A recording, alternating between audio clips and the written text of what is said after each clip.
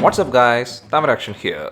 Two best offerings in the 150cc segment is the Yamaha FZ version 3.0 and Suzuki Gixxer 155.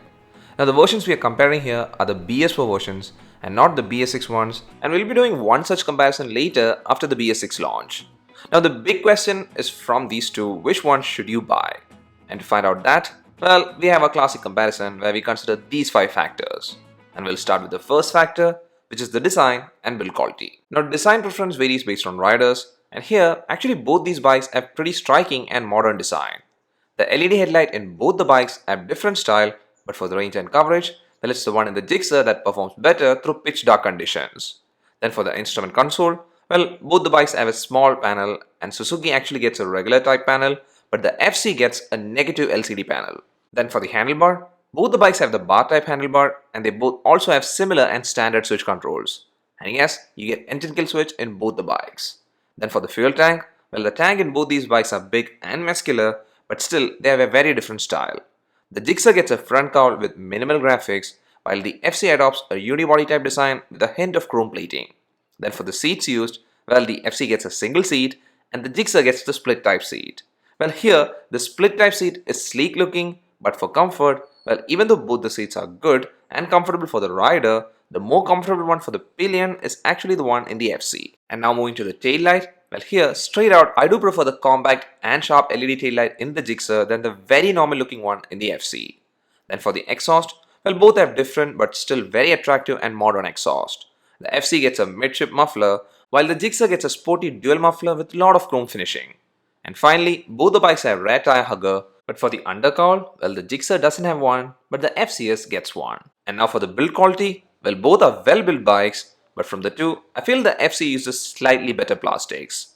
So that's all for the design and build quality, and like I said in the beginning, everyone's design preference is different, and for me, from these two, the one I prefer is actually the FZ-S version 3.0.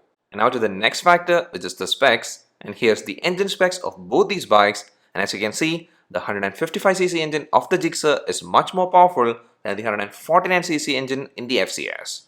Now both these bikes have a F5 engine, even though the ones we are comparing here are the BS4 bikes. Then for the rest of the specs, well, for the ground clearance, the Gixxer has 160mm clearance, while the FZ-S has 165mm clearance. Now I did ride through rough patches with both these bikes and I didn't experience any issues with the underside from both these bikes.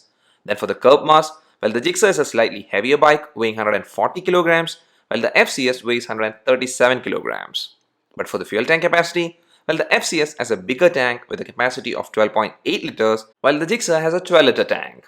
Then for the seat height, the Gixxer seat height is slightly more at 795 mm, while the FZ-S's seat height is 790 mm. And now for the tires used, well, as you can see, both the bikes have almost the same tire measurements. And finally for the suspension, the Gixxer gets a telescopic front suspension and swing arm mono rear suspension. And for the FZ-S, the front is again telescopic fork, while the rear is a 7-step adjustable monocross suspension. So that's all for the specs, and actually except for the slightly better engine in the Gixxer, everything else is neck to neck. But does that mean both the bikes will have similar ride quality and comfort? Well, let's check that now in the third factor, and we'll start with the FZ-S version 3 first.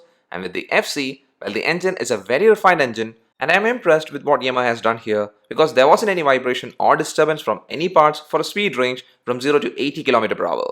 About that, even though there wasn't much vibrations, but the engine showed slight stress, but still you can push further and actually hit 100 plus mark, and still the bike, even though being the lighter of the two, was well planted on the road. Now the gearbox used here is a 5-speed gearbox, and the gear shifts are pretty smooth and also issue free.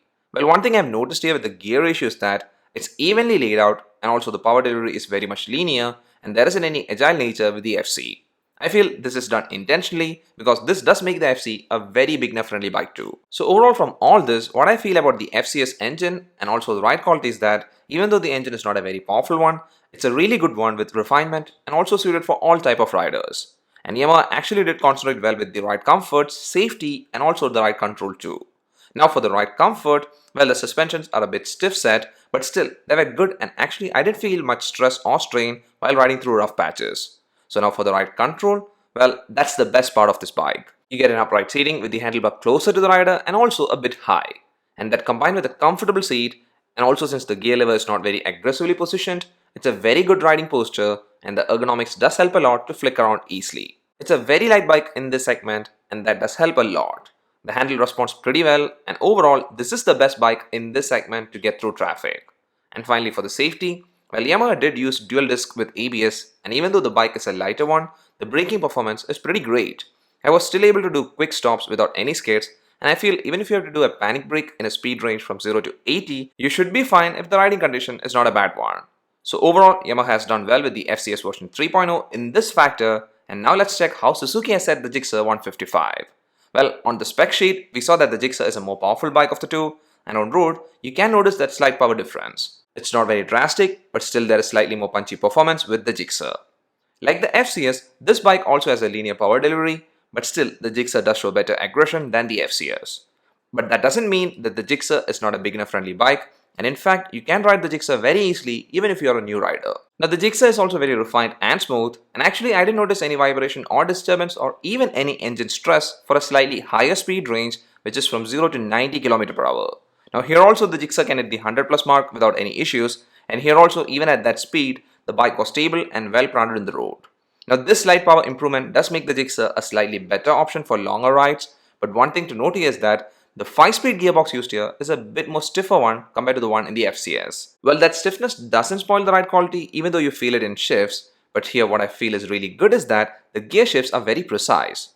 Then for the suspensions used in the Gixxer, well, it was a bit more soft set than the ones in the FZ-S, and I feel that does make the Gixxer a slightly better one for all category of riders, because if you have a back pain, then this suspension in the Gixxer will be a better suited one. Then for the seat used, well, the cushioning is good with the Gixxer, but the seat in the FZ-S was slightly better for the rider and also slightly more better for the pillion. And now for the riding posture, well, here with the Gixxer, the posture is almost same as the one we get with the FZ-S. Handle is closer but a bit low set than the handlebar in the FZ-S, and also we have an almost upright sitting with legs not backward set because of the moderately positioned gear lever. Now this posture and also good gripping with the tank makes the Gixxer a very good option for city traffic. And in fact, even though 3 kilos heavier, I felt the Gixxer's ride control is almost on par with the FZ-S. I was easily able to maneuver through traffic and even avoid a porthole. And I have to say this, which is if you want a bike with the best ride control, well then these two should be in your list with slight upper hand given to the FZ-S. And finally for the braking, well here also you get dual disc with ABS and the braking is excellent. I did try quick brakes even in not so good conditions and still there wasn't much skids and also the stopping was perfect. And here I felt the Gixxer's braking was very slightly better than the braking of the FZ-S. Well, that's all for the ride quality and comfort of both these bikes.